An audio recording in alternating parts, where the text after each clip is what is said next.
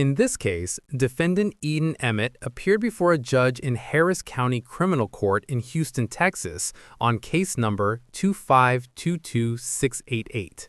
Mr. Emmett was charged with unlawful carrying of a weapon and fraud, and notably, he chose to represent himself, a right guaranteed under the Sixth Amendment to the United States Constitution. Mr. Emmett had previously appeared before this same judge on a separate unlawful carrying charge in June of 2022, in which the judge found no probable cause and the case was dismissed. However, the judge was quick to clarify that in that prior case, Mr. Emmett did not win because of his self-representation. He won because the evidence was insufficient. Under Texas law, the right to self-representation in criminal proceedings is codified in Article 1.051 of the Texas Code of Criminal Procedure. However, before a defendant may waive their right to counsel, the court must conduct what is known as a Ferretta inquiry, named after the 1975 U.S. Supreme Court case Ferretta v. California, in which the judge ensures the defendant understands the charges, the range of punishment, and the risks of proceeding without an attorney. Critically, a defendant who represents themselves waives the right to later claim ineffective assistance of counsel on appeal. Here, Mr. Emmett faces up to 1 year in jail on the unlawful carrying charge, and as the hearing will reveal, his understanding of the legal system that will decide his fate is deeply flawed. Good morning, Mr. Emmett. Do you have a lawyer today? No, representing myself. You were charged with unlawful carrying of a weapon. It looks like you also, out of the same charge, picked up a fraud as well. I mean, okay, you can represent yourself. That's your absolute right. I don't know how smart it is. Have you ever represented yourself before? Yeah, many times. How did that go? Many dismissals. For what kind of cases? Had a dismissal on unlawful carry before. And you represented yourself? Yes. In this court? Oh, well, I found no probable cause. That's why I got dismissed. You didn't represent yourself. I was representing myself, but the judge did find no probable cause. I found, was it me? No, it wasn't you. Well, I don't know. I think it was you. I found no probable cause. I think that was you. You didn't represent yourself for nothing, man. I did it. Why don't we delay it off a week? Are you working at this time? Yeah, and I stay in Austin. I don't live in Houston, so. What do you do for a living? I have my own business. Doing what? Resell clothing, audio production. How much money do you make a month? I can't tell you, but it pays the bills. You're very cryptic in all of your answers. We are now in Court 5. In front of me, I have Eden Emmett, case number 2522688. Would you please identify yourself for purpose of the record? The man eats on Emmett. Yes, he has an open case in the 182nd. Looks like he made a $15,000 bond. With us, I am going to find there's probable cause to go forward. Do you have a Texas driver license? I have a U.S. private property number with the FMCSA. With my vehicle was on there. It was sticker tags, everything for my business, the Emmett Estates. That's with the Department of Transportation.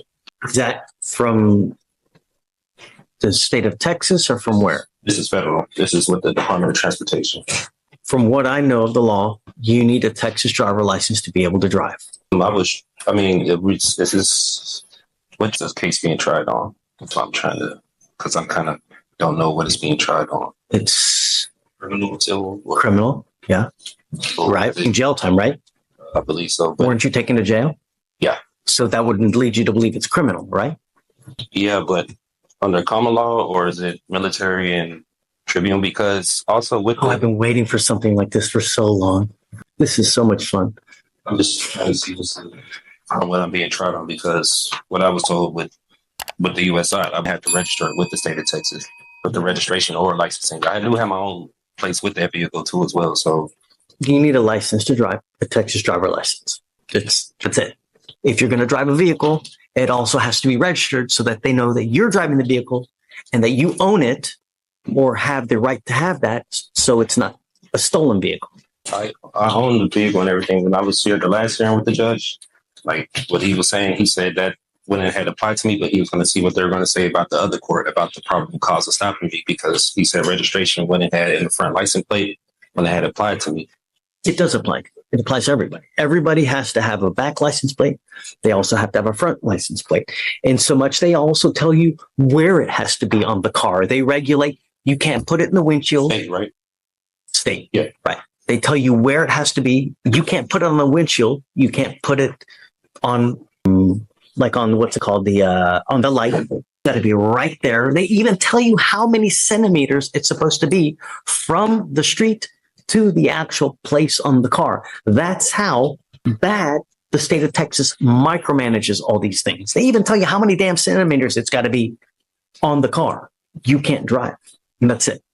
Yeah, I did tell him I was traveling. I wasn't arguing with him, but I was traveling. I wasn't making commerce. I used to do medical transportation, so I'm kind of aware with licensing, the registration, and everything. That's why for my private vehicles, I did that with the U.S. DOT instead of the state. But I didn't know that was correct. You need a license. It doesn't matter whether you're saying you're conveying, whether you're traveling. It's a privilege. It's not a right. Right? There's a big difference between a privilege versus a right. You have the right to walk. I have the right to travel, don't I? Yeah, taking your happy-go-lucky feet. You want to travel? Take those 2 feet to travel, not in a car. Just what the 14th Amendment was saying, like, I have the right to travel. You do. Yes, and you can walk your happy ass from one part to the other part. Not in a car, though. Not without a license and insurance. What's on there from what I did this with the Department of Transportation. They said automobiles were on there, carrier, bicycles. They're wrong. I'm just telling you now, they're wrong. Whoever told you that, whoever, where you got that, it's complete. Because imagine this, Mr. Emmett, and I've seen this before. Imagine that you get into an accident, right? And you kill a 5-year-old kid. What's going to happen at that point? Whoever owns that car, the other people, they're going to come after you. They're not going to go after they're going to come after you. The first thing they're going to do is, do you have insurance? And if you don't have insurance, they're going to sue you. And then they're going to attach a lien on absolutely everything that you own to satisfy the judgment they get against you. You have insurance, liability insurance, so that if you ever get into an accident, you don't mean to do it. You didn't mean the kid. It's not an purposement. It was an accident. It's happened. You might be looking at your phone. You're looking at, this pretty girl that's walking across the street, and then boom. So the conveying, this, that, you need a license. You got to have insurance. And we do it with every single person that comes in. Can I say for the unlawful carry, the possession of marijuana, the person that was in the vehicle told the officer it was legal hemp that they got from the store. They have receipts and everything in Texas. You can have legal hemp. They got it from the store. He even told the officer it was theirs.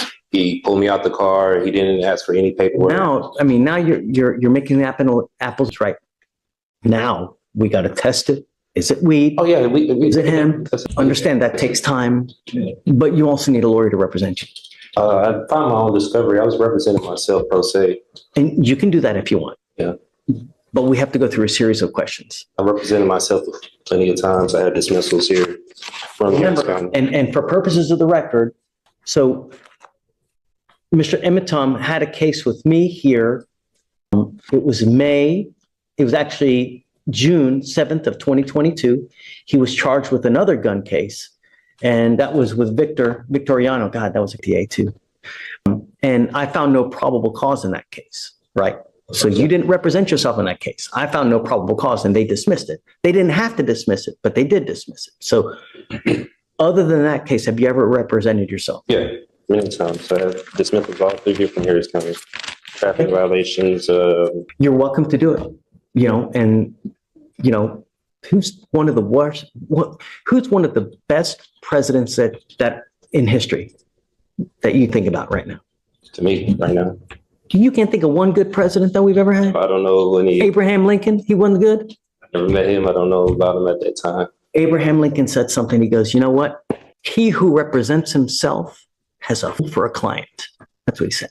Mr. Emmett has now begun making arguments rooted in what is commonly known as the sovereign citizen movement, a set of legally baseless theories that claim individuals can exempt themselves from state and federal laws by invoking concepts like the right to travel, common law jurisdiction, or distinctions between driving and traveling. Mr. Emmett argued that he did not need a Texas driver's license because he had registered his vehicle with the Federal Motor Carrier Safety Administration, the FMCSA, and the U.S. Department of Transportation, which he claimed superseded state licensing requirements. This is incorrect. The FMCSA regulates commercial motor vehicles engaged in interstate commerce, not private passenger vehicles. Under Section 521.021 of the Texas Transportation Code, every person operating a motor vehicle on a Texas highway must hold a valid Texas driver's license. Additionally, Section 601.501 requires all drivers to maintain minimum liability insurance. The right to travel argument, which sovereign citizens frequently cite under the 14th Amendment, has been rejected by courts at every level. Courts have consistently held that while individuals have a constitutional right to interstate movement, operating a motor vehicle on public roads is a privilege regulated by the state, not an unrestricted constitutional right. The judge put it plainly: you have the right to travel with your feet. If you want to operate a vehicle, you need a license and insurance. That is the law. Meaning that when you represent yourself, there is an inherent conflict and there's an inherent bias, and you may not be able to see things objectively. Meaning that you have your heart, you've got your soul into this case. So you may not be able to see from an outside position if they're saying something that makes sense. You're absolutely entitled to represent yourself. And if you want to do that, you're more than welcome to it. And I have no problem with you doing it. You need to understand, though, if you represent yourself, you can't come at a later day and say, you know what, I had ineffective assistance of counsel. My lawyer sucked. Well, you represented yourself. You now can't complain about that. You know, if you lose and I end up putting your butt in jail for a year, you can't complain. You're stuck like Chuck for a whole year, because that's what you're facing. You're facing a year in jail. And I'm not here to put you through law school because I have way too much drama as it is. I don't need any more drama, right? So if you don't do it the right way, I'm going to shut you down, right? I like to be nice to people, but I'm not taking you to school. Do you understand this? Do you understand the charges against you? No, I don't understand the nature of it. Okay, you're charged with unlawful carrying of a weapon. You're facing up to a year in jail. What they're saying is that you unlawfully had a weapon. As a result, you were charged, and now you're facing up to a year. Do you understand? Yeah, what you're telling me, but I still don't understand like why I went to jail for that. So that's why. What do you not understand? The court procedures, or No. I'm asking about the nature of charges. No, it's not. Don't talk about the procedures. Don't talk about the licensing, about the conveying. Yeah, I know I'm getting charged for unlawful carry. Right. Do you understand that? Yeah, what's going on? Okay. You have the right, or you understand the range of punishment that you're facing a year, correct? That's what I've been told. Okay. You have the right to court-appointed counsel. Do you want counsel to represent you? I don't want legal advice. I don't need a legal team. I just want law. You really don't want a lawyer? I represent myself. I could get none more by myself than anyone representing me. Okay. What that means is that you cannot appeal this thing. If you're found guilty and you go to jail, you know, a lot of lawyers or a lot of defendants like to claim, sorry guys, I'll be 2 minutes. A lot of lawyers, they're lawyers for screwing up. And they say, hey man, my lawyer messed up. I can tell you, like, that's the one thing that defendants complain about. And probably, I don't know this for sure, but I would suspect probably the number one reason why cases are overturned because of ineffective assistance of counsel, meaning that a lawyer, for one reason or other, messed up so bad that their cases have to be redone. You cannot complain about that at a later time. I've seen that many times. That's why I'm representing myself.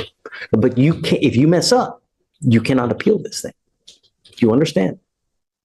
Once, and if you are found guilty, that's it. Do you understand? I'll make you a deal.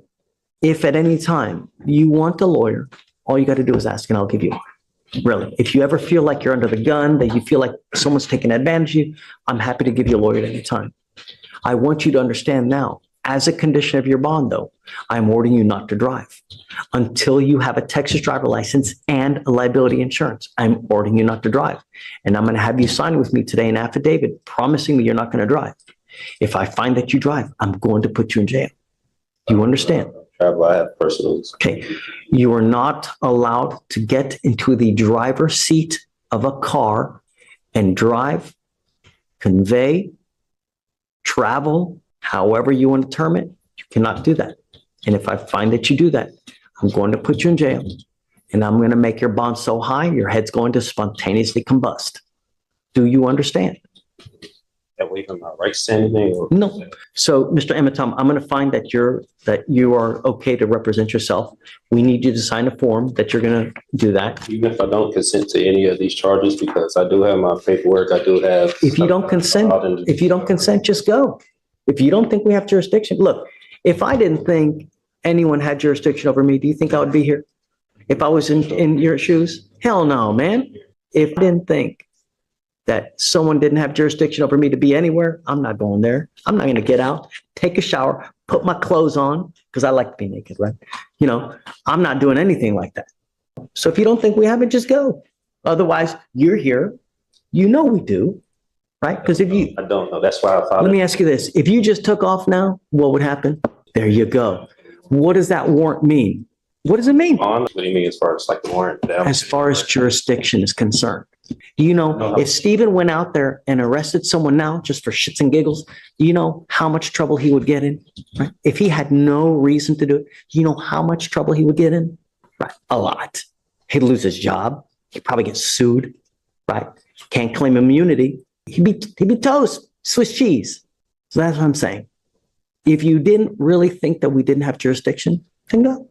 I had to take care of this matter because you know we have jurisdiction. No, because I was going to go to 515 Rusk and file my civil lawsuit with the officer who arrested me because they did some unlawful, unconstitutional things that they did to me at that time. So I was going to take it there. You know, I didn't believe they had jurisdiction over me. I would wait to see how this case goes first before you do that. You know, see how the case goes first before you start jumping the gun. Like that's what I was waiting. You know, if I didn't think anyone had jurisdiction over me, I'm not going to go there, man.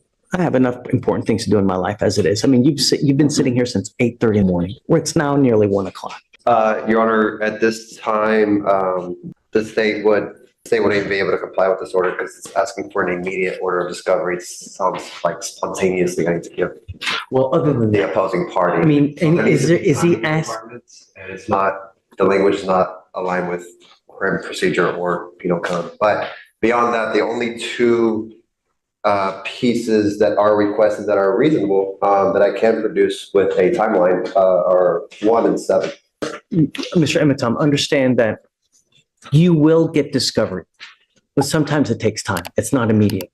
We can go down the list if you wish, but Yeah, let's do it. I mean, we have. So 3, a true and complete original or certified alleged contract with wet ink signatures between the petitioner, the Harris County Superior Court, State of Texas, and or political subdivisions thereof may have law states that in order for the Harris County, and it's not even citing law, valid lawful contract between the petitioner, let them bring it forward for petitioner's inspection or immediately dismiss all charges. I believe this is going into UCC. This is not. I mean, here you're going into the sovereign citizen type language. Just common law. Okay. And what contract? Contract complaint, whatever. I know this is statutory and it's not going over common law, so I'm not familiar with the statutes like I explained before. Well, you're a lawyer now. You're going to have to familiar yourself with it. So try me on statutes. I want to be tried on common law. You're going to have to do it. I'm not sure. There's no common law here. It's done by statute. There's no common law here. It's all done by statute. And since you're the lawyer, you need to know that. I recognize the steps of the statutory steps. That's why I don't recognize so being tried in jurisdiction. Let me ask you this. How on earth are you going to represent yourself if you don't even know that? So I get everything I need in my discovery. He's going to give you body cams. He's going to give you 911 call. He's going to give you witness lists. And that's it. Hold on, just so he knows. So number 4, a true and complete original and or certified copies of the criminal record of the attorneys of record, judge, magistrate, pro tem, commissioners, witnesses, as well as all officers of this court. That doesn't apply here, really. I mean, my criminal history, you think I have criminal history? You need to have a more realistic guideline.